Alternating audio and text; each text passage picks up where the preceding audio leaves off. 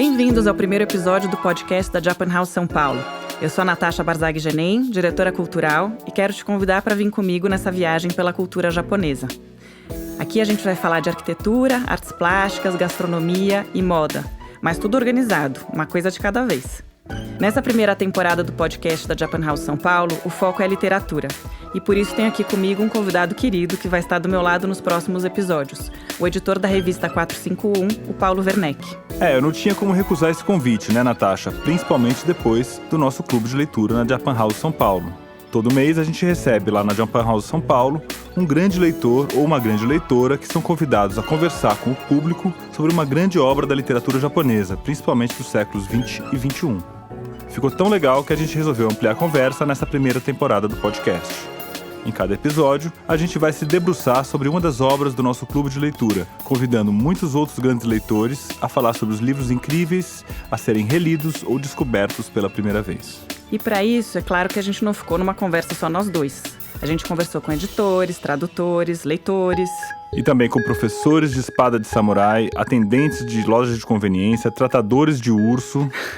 Para de spoiler, Paulo. Vamos logo começar o episódio de hoje? Bom, vamos nessa. A gente vai começar, em grande estilo, com a obra de um autor que mobiliza multidões, O Assassinato do Comendador, do Haruki Murakami.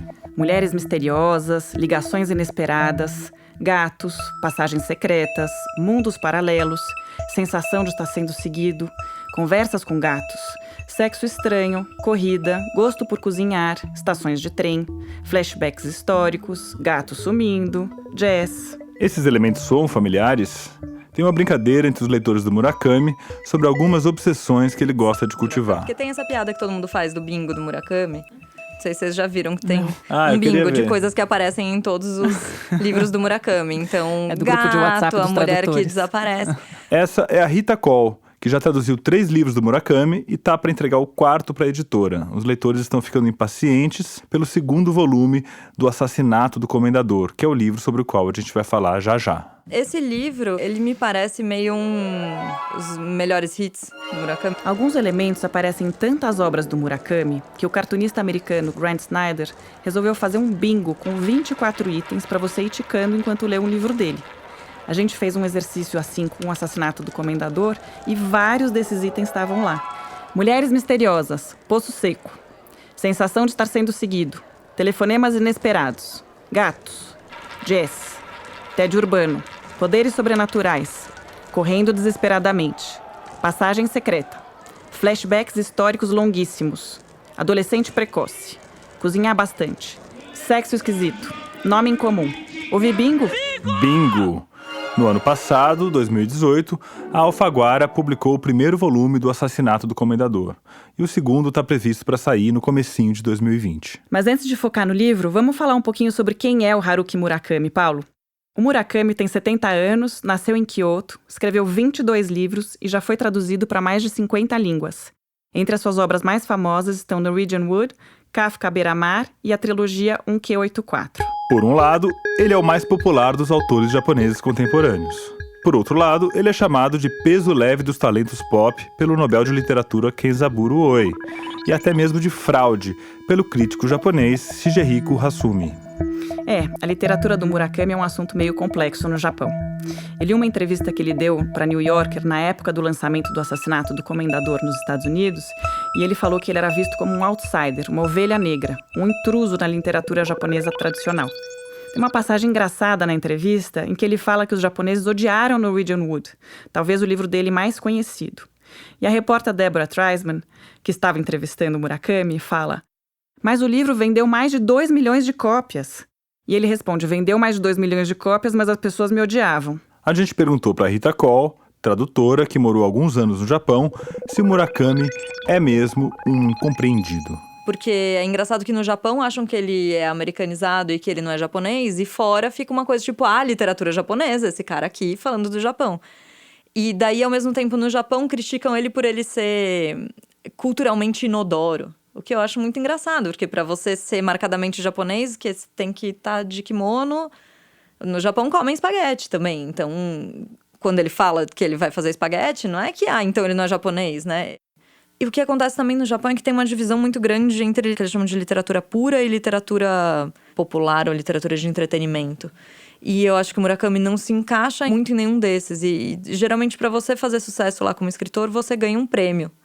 E esse prêmio vai te definir como tem o prêmio de Uma literatura categoria. pura ou outro. E ele ganhou muito poucos prêmios para um escritor tão famoso no Japão. Então, eu acho que ele tem um pouco essa dificuldade de categorizar, assim. Ele é mais subversivo, né? De alguma forma. Bom, para nós aqui do podcast da Japan House São Paulo, ele é indiscutivelmente um grande autor da literatura pura. Inclusive, ele esteve em discussão no nosso clube de leitura com a Leila Perrone Moisés, que é uma das maiores críticas literárias do país, o que mostra um status crítico, pelo menos no Brasil, de primeira linha, né? Sem dúvida, Paulo. Agora, como não podia deixar de ser, a Rita falou com a gente também sobre a experiência de traduzir o Murakami. Eu não acho muito difícil traduzir o Murakami, assim. Ele bate com o japonês que eu tô acostumada e eu acho que a tradução é próxima do português que eu tô acostumada. Então não é uma obra que eu acho que coloque muitos desafios. E uma coisa muito interessante sobre a Rita Cole é que ela decidiu estudar japonês justamente por ser fã do Murakami. Bom, é uma fã que virou tradutora, né? Do autor preferido. Quando falaram comigo a primeira vez para eu traduzir essas novelas do Murakami, eu fiquei muito emocionada pela Rita de 20 anos.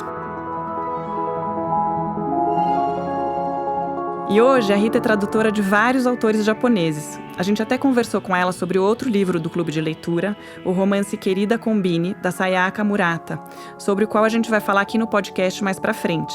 E a Rita falou sobre a diferença dos estilos de cada um. Você acha que ele é desse estilo internacional, escritos para viajar bem, vamos dizer assim? Se fala muito isso, né, do Murakami. Eu não acho, no caso dele, que seja uma coisa consciente. Porque se fosse, eu acho que ele evitaria esse tipo de coisa, assim. Porque às vezes ele se apoia na língua, mesmo de uma maneira que dificulta, né? Daí é engraçado, porque eu acabei comprando isso, daí tem umas horas que aparece um negócio difícil e eu fico, pô, Murakami, você não tá pensando nos seus tradutores? Você quer que eu faça isso aqui?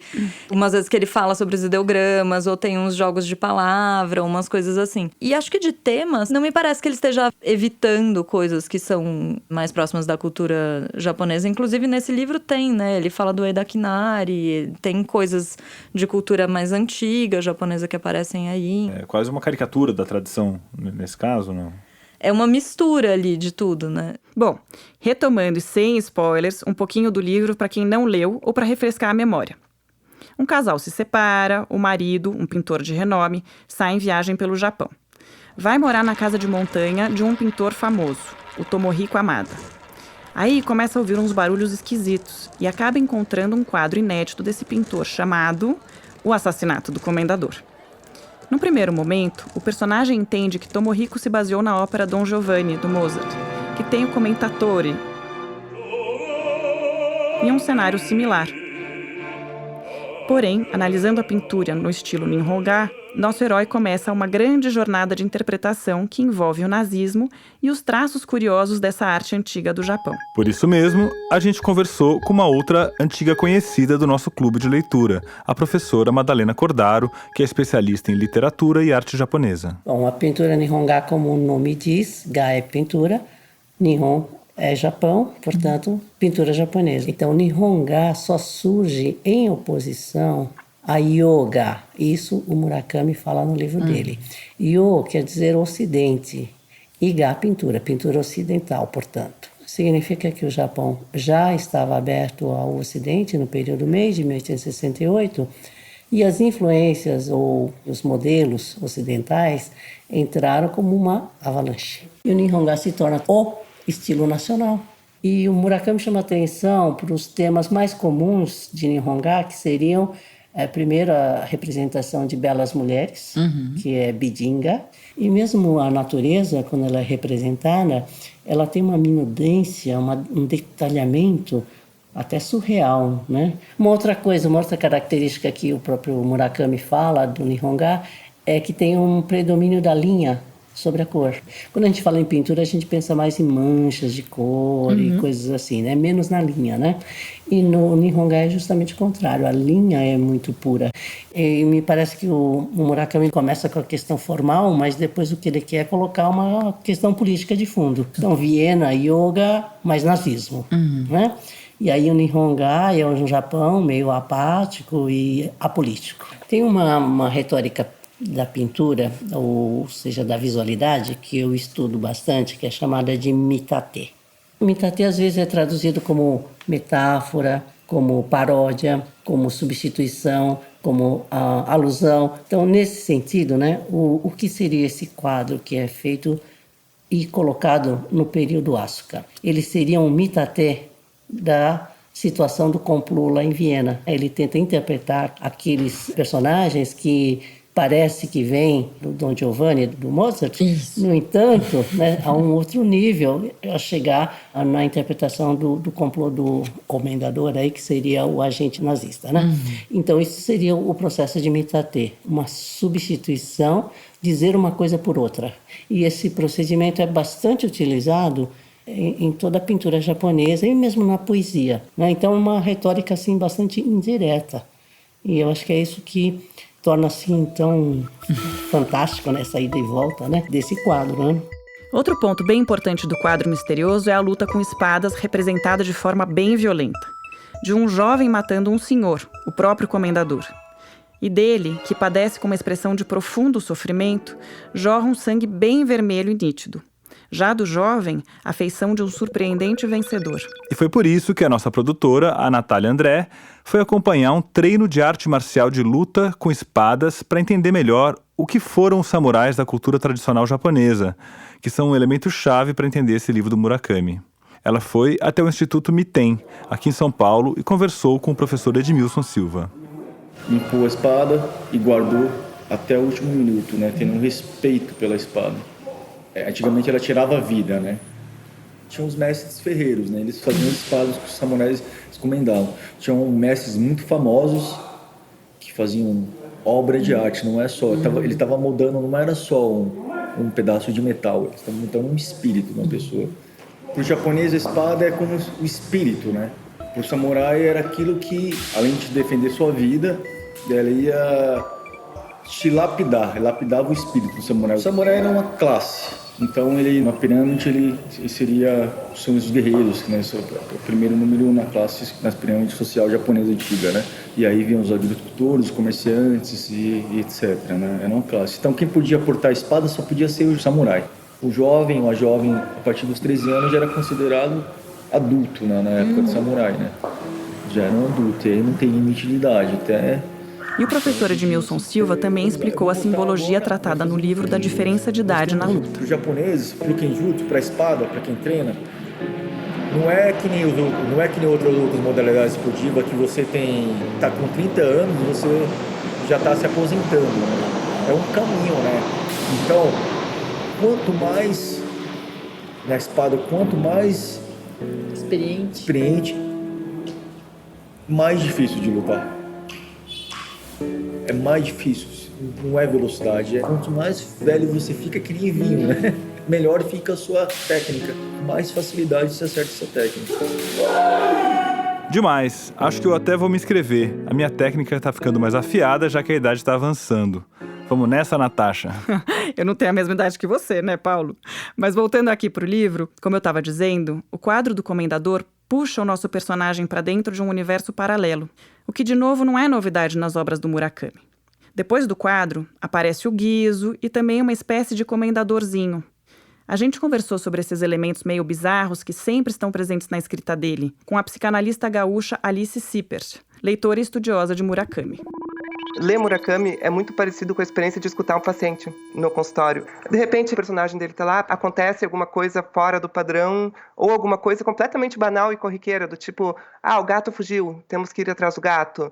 No 84, o trânsito está difícil, vamos tentar cortar caminho por aqui, porque eu tenho tal compromisso. De repente, ele abre a porta e se dá conta que tem 2 luas no céu. E como não podia deixar de ser, a Alice enxerga várias relações entre a psicanálise, que é o campo de trabalho dela, e o realismo mágico, que é essa técnica de narrar coisas mágicas implausíveis como se fosse uma realidade normal, entre aspas. É um tipo de literatura que se consagrou na América Latina, não exatamente no Japão. A presença do realismo mágico é uma constante nas obras dele, mas os elementos eles não são o foco da narrativa. Acho que é no Kafka Beira-Mar que chove sardinhas e o sujeito ele não chega ao ponto de se perguntar o que é que está acontecendo naquela realidade, né? Tem muitos eventos da vida da gente que é fantástico. Muitas aleatoriedades assim que acontecem na vida de qualquer pessoa que a gente acaba suturando dentro do próprio discurso da nossa vida. E essa operação acho que fica muito clara dentro do Murakami. A gente tem uma tendência a transformar aquilo que pode nos impactar no nível de um estranhamento em algo corriqueiro e normal, o que pode gerar, às vezes, consequências catastróficas. Por exemplo, se for pegar todas as narrativas, né, pré-nazismo, por exemplo, tudo aquilo estava acontecendo, era um absurdo, mas ao mesmo tempo acabava sendo estruturado de alguma forma dentro do discurso. É um mecanismo muito interessante. O onírico, o sonho ao que a Alice estava se referindo, tem muito a ver com esse universo mágico, mas também com a escrita. Eu me sinto, às vezes, né, quando eu leio, que eu estou escutando um sonho de um paciente. Por exemplo, tu sonhando, tu pode sonhar que tu é uma outra pessoa, mas vai continuar sendo você. Como para qualquer sujeito é impossível falar sobre a própria verdade, a gente coloca nossa verdade na boca de outros sujeitos que a gente cria, de outros eus que a gente cria, serve para isso, em última instância. Até para, de alguma maneira, viver outras histórias que você não consegue viver nesse plano ou nessa vida real, né? Quando você faz uma história dessas ou você cria um personagem. Eu fiquei pensando muito nessa história, enfim, da morte do comendador, se o personagem principal não seria o próprio Murakami. Com alguns dos elementos que a gente sabe da vida dele e que daí de repente aparecem nesse livro como eventualmente sendo a história dele. Então acho que quando você é um autor e cria um personagem, cria uma história, também não deixa de ser um momento em que você vive essa outra história, né? Na primeira pessoa. Sim. Quando saiu o primeiro volume aqui no Brasil, o Murakami deu uma entrevista para os agentes literários dele que foi publicada no blog da Companhia das Letras. Ele disse que essa história de acessar o subconsciente é uma coisa que acontece espontaneamente nas tramas dele. E disse também que só vai acompanhando a narrativa e ela acaba tomando naturalmente esse rumo. E por falar na companhia, a gente conversou também com a editora do Murakami no Brasil desde 2012, a Luara França. E como a Rita Cole, ela já tinha uma relação especial com o Murakami antes de trabalhar diretamente no texto dele. A Luara, ela tem uma relação íntima com o Murakami, porque ela é editora dos livros dele aqui no Brasil. Ela, desde 2012, ela cuida dos livros que a gente acaba lendo em português. E como é que foi a sua aproximação com a obra do Murakami? Foi como leitora, primeiro. Eu sou leitora de ficção científica também, então eu gosto muito desse universo estranho. E foi legal ver um universo estranho trabalhado na ficção literária. E depois, quando eu comecei a trabalhar na Alfaguara como editora assistente, acho que o primeiro livro em que eu trabalhei, acho que foi o 184, que foi um boom pro Murakami aqui no Brasil, né? O que é super curioso, porque são 3 volumes, é um livro super difícil, no sentido, né, de construção de mundo, e é a porta de entrada para muita gente. Então, foi a porta de entrada para o meu processo editorial também. A Luara, que é uma leitora de ficção científica mais hardcore, vê uma relação interessante entre as expectativas dos leitores de literatura realista e as dos leitores de fantasia, ao se depararem com o Murakami. Você acha que o Murakami frustra esse leitor mais tradicional, que quer uma história com começo, meio e fim, quer não ficar em dúvida sobre o que aconteceu? Sim. E eu acho que ele também frustra, de alguma forma, o leitor acostumado com uma fantasia mais tradicional, que vai ter uma construção de mundo, que você vai entender tudo o que está acontecendo. Ele não faz isso. Ele te joga no mundo, ele explica o que faz sentido para ele explicar, ele não explica o que não faz sentido para ele explicar. Então eu acho que ele frustra sim alguns leitores, mas ao mesmo tempo você pode fechar o livro frustrado de não entendi tal parte, mas você fica, eu amei esse livro. Eu posso não ter entendido, mas eu amei essa coisa que eu acabei de ler e que eu não entendi direito. Bom, Murakami é um sucesso. Desses poucos autores que conseguem mobilizar legiões de fãs, coisa de Harry Potter. Paulo, você sabia que na Holanda o pessoal organiza cruzeiros de lançamento dos livros do Murakami, lotados com até 2.000 pessoas? Tá aí uma boa ideia para o nosse próximo clube de leitura da Japan House, hein? A Luara falou um pouquinho com a gente sobre os fãs brasileiros. E como é que é a relação com os leitores? Porque o Murakami está naquela categoria de autores que tem fãs de verdade, né? Meio rockstar.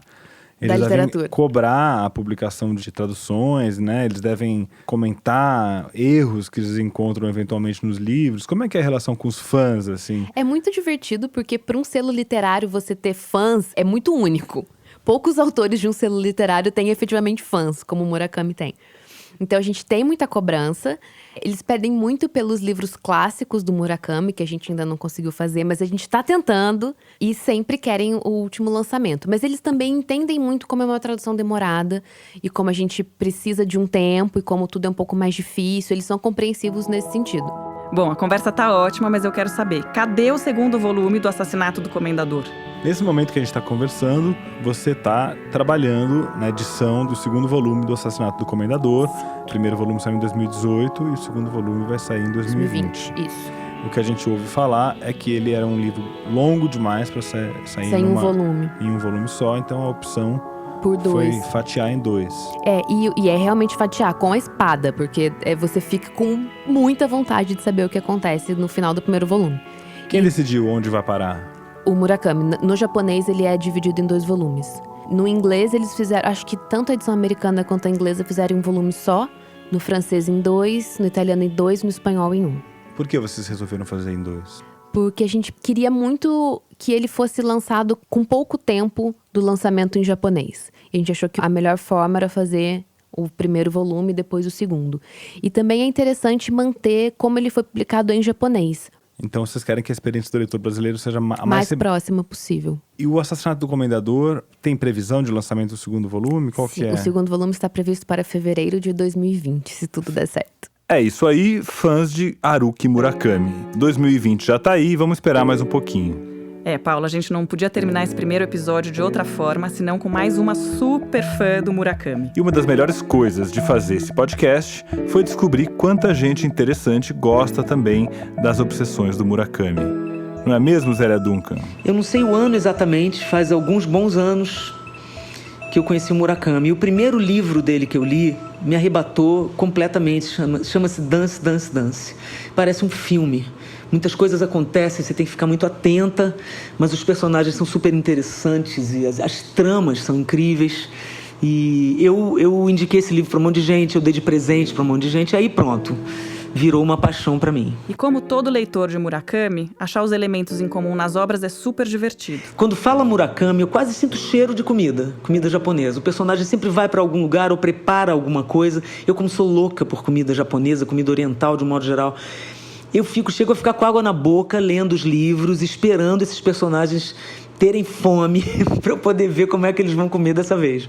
E, bom, eu tenho na obra do Murakami, eu tenho um dos livros favoritos da minha vida, que é o Kafka à Beira-Mar. E esse livro tem todos esses elementos que vocês citam nesses bingos aí, né? Nessa brincadeira do bingo que eu não sabia que rolava. O Kafka à Beira-Mar é um livro que me tocou profundamente, que me fez mergulhar num lugar. E que é aquele livro que me dava saudade quando eu parava de ler. E quando eu terminei, eu sofri de abstinência. Eu sentia cheiro do mar. Quando ele entrava na biblioteca, eu sentia cheiro de livro. E tem uma coisa do fantástico ali, né? Tem uma coisa fantástica ali. Eu acho que eu estou dentro desse livro até hoje, gente. Bom, e entre as surpresas que o Murakami nos reserva durante a leitura dos livros dele, está também uma profusão de comidas diferentes, músicas novas e um monte de elementos culturais que fazem você começar a ter vontade de cultivar novos hábitos. O livro dele sobre corrida foi revolucionário para mim também. Primeiro que eu não sabia que ele corria e eu sou uma maratonista também. Resolvi virar uma maratonista. Eu viajei para fazer a minha primeira maratona com o livro dele, Do Que Falo Quando Falo de Corrida, na mão. Eu dei ele de presente para o Drauzio e para a Michele, que estavam indo correr comigo. E o livro foi muito importante para mim. E foi uma viagem, foi uma delícia. Eu me senti muito próxima dele, mais ainda de saber que ele corria. As coisas que ele diz no livro foram importantes, bacanas para mim. Ele fala muito de música e eu, naquela época, passei a ouvir coisas que ele ouvia na playlist dele para eu correr. A parte do rock, porque a parte de música clássica, eu não gosto de correr com música clássica. Mas a parte do rock and roll, do jazz, que ele mistura tudo, entrou também para minha playlist. Assim. Então até isso esse cara fez comigo. Se você, ouvinte, ficou com medo de tanta maluquice, mas curioso com tantas possibilidades, a Zélia Duncan te tranquiliza. Para mim, o Murakami não é mais estranho. E as estranhezas que ele trouxe para o meu imaginário, eu absorvi logo, assim. Murakami é como se fosse meu amigo. Eu acho a estranheza dele super minha amiga. Não tem mais isso para mim, não. Tá vendo? E se você se identifica com a Zélia Duncan e também se atreve a achar o Murakami uma espécie de novo amigo, esse podcast foi feito para você. Nessa primeira temporada, teremos mais 7 episódios dedicados à literatura japonesa. O próximo vai ao ar daqui a 2 semanas, terça-feira, dia 26 de novembro, às 5 da tarde, horário de Brasília, e 5 da manhã, horário de Tóquio. Você quer anunciar o livro da vez, Paulo? Opa, que honra! O próximo livro é para conquistar o coração dos apaixonados por mangá. A gente vai falar sobre o Ayako, que é um clássico do mangá, os quadrinhos japoneses, do mestre Osamu Tezuka. Exatamente. A gente já tá no preparo desse episódio com várias surpresas pra vocês. Pra dar só um spoiler, até o Maurício de Souza falou com a gente sobre mangás Tezuka e até sobre uma superação de um tabu pra ele, comer peixe cru. Gente, mas ele é incontrolável. Para de entregar todo o ouro. O episódio que vem sai às vésperas do 6º encontro do Clube de Leitura da Japan House, aqui na Avenida Paulista, e vai ser justamente sobre o Ayako. Pra quem não sabe, a Japan House São Paulo fica na Avenida Paulista, número 52, pertinho do metrô Brigadeiro. Isso aí. A gente espera vocês. O podcast da Japan House São Paulo é uma produção da Rádio Novelo. Nossa diretora é a Paula Scarpim, nossa produtora é a Natália André. A música tema é de autoria da Mari Romano e a responsável pela coordenação digital é a Kellen Moraes. A identidade visual é do Thiago Minoro. Paulo, super obrigada pela conversa e até daqui a 2 semanas.